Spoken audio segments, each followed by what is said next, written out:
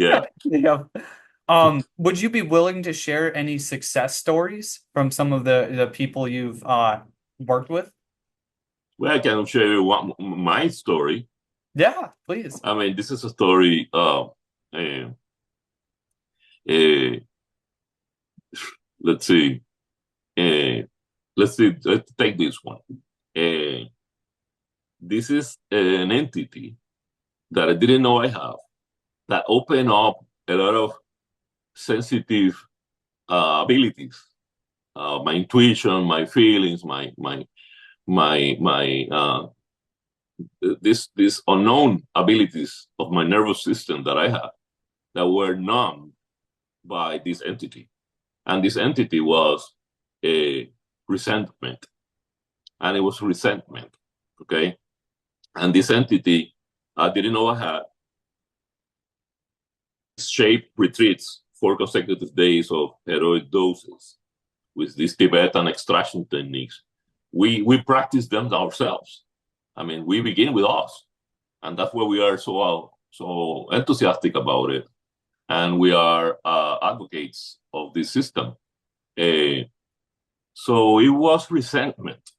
Uh, and this entity of resentment I didn't know I had. And it was with me since I was 4 years old. What happened was when I was 4 years old, that and I saw that in the psilocybin experience. After I removed the demon, there remained a little part of the demon that I couldn't remove. I was targeting this little thing because I couldn't feel the peace that I was expecting after removing the demon. And what happens? What happens? What happens? I focus on that little part that was very elusive in my psilocybin experience. I found it, or I cornered it, and it was a little piece of this demon that told me the whole story before dissolving itself into nothingness. All the information was there. It's fascinating, these techniques of demon extraction, because you end up knowing exactly what happened, how it was formed, how it stayed with you, how it affected all that time. And then they leave. And this is fantastic. So it's not only they living, they show you what's all about there because they're part of you. They have been with you all that time. The information is there. So this is fascinating. So what happens when I was 4, and this is after the fact that I learned it. I didn't know anything of this, but it makes sense when it clicks. I say, oh yeah, that was the case. When I was 4, my mom, okay, uh, did something against. My mom had a fight with my father, okay, with my dad, and it was something that they were fighting about. I don't remember what it was, but there was a child watching their parents fight. It was a heavy verbal fight, and my at the end of it, my dad went to the bathroom to have a shower, and my mom did something hidden from my father in his personal stuff, like retrieving something that I think was the object of the discussion, the fight. So when my dad went to the bathroom, my mother sneaked in and did something in my father's stuff, and I saw it. Okay, and when she turned around, she saw that I was watching, and she said, "Don't tell anything to your father about this. That I did this." In my little mind, I could understand how father and mother can have that. And intuitively, I knew that they have to be harmony. And my way of solving this conflict inside of me was telling my father. As soon as my father got out of the bathroom, I told him, "Mother did this."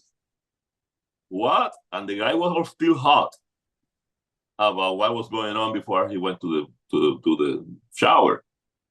And then confronted my mother again, and then the fight was physical. And I got all that guilt, okay? Because my father was beating my mother. And my mother turned out from my father and grabbed me by both arms and scratched their nails in my little arms and said, "This is for you never disobey me again." I was embedded in my brain forever. Deep trauma. Okay. So what happened was that she resented that resentment about what I did. Her own son betrayed her. Okay. And she got this trauma too, because she was beaten by my dad. So she had this resentment demon or entity or parasite that started growing and feeding from her subconscious. Okay. So what happened was that she, every time that was disciplining me as a kid because I did bad stuff, I didn't want to school or I stole something, I mean, whatever a kid does that deserves a good spanking. Okay. That spanking, she did it with real anger. It was not loving at all because she was resented about what I did to her. So this entity hide behind the good mother that's supposed to discipline the boy to be a good boy. But every time you had the opportunity to do this rightful spanking to help your own son to be a better boy, this entity came in and really hit me with anger, replicating the anger that she had when I did that to her. This entity spanked me. I didn't see my mother. It was like a demon spanking me. I mean, it was not that they hit me too hard, like go to the hospital or bleeding or no, it was a regular spanking. But the emotional content of that spanking was horrible. Her face, this was like terrible.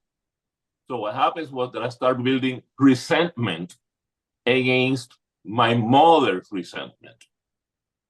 And it was a fight of resentment. I took this entity from my mother when she was beating me all the time with resentment, transference of the demon. So I felt in my body, in my soul, the resentment with which she was hitting me, and I resented that because I felt the hate. My mother hates me. Right. So it was resentment of the resentment. And I carried all of my life until I was a teenager that my mother didn't hit me anymore. I was too big for that. But I carried that all my life. I'm in my 60s. Until you deal with it. Until just because these are, as you say earlier, there's layers of trauma. There's layers of entities. There's some ones that you can deal with this with meditation and realizing it and removing it by yourself. There's others these and blah, blah, blah, blah. And there's ones that you don't even know that you have it. And you're never going to remove it because you don't know you have it. So you cannot heal the unknown. But the psilocybin and these techniques did the miracle. Okay. And showed me, look, it was a very hard fight to remove this entity. It was domiciled in my gut, in my small instinct. And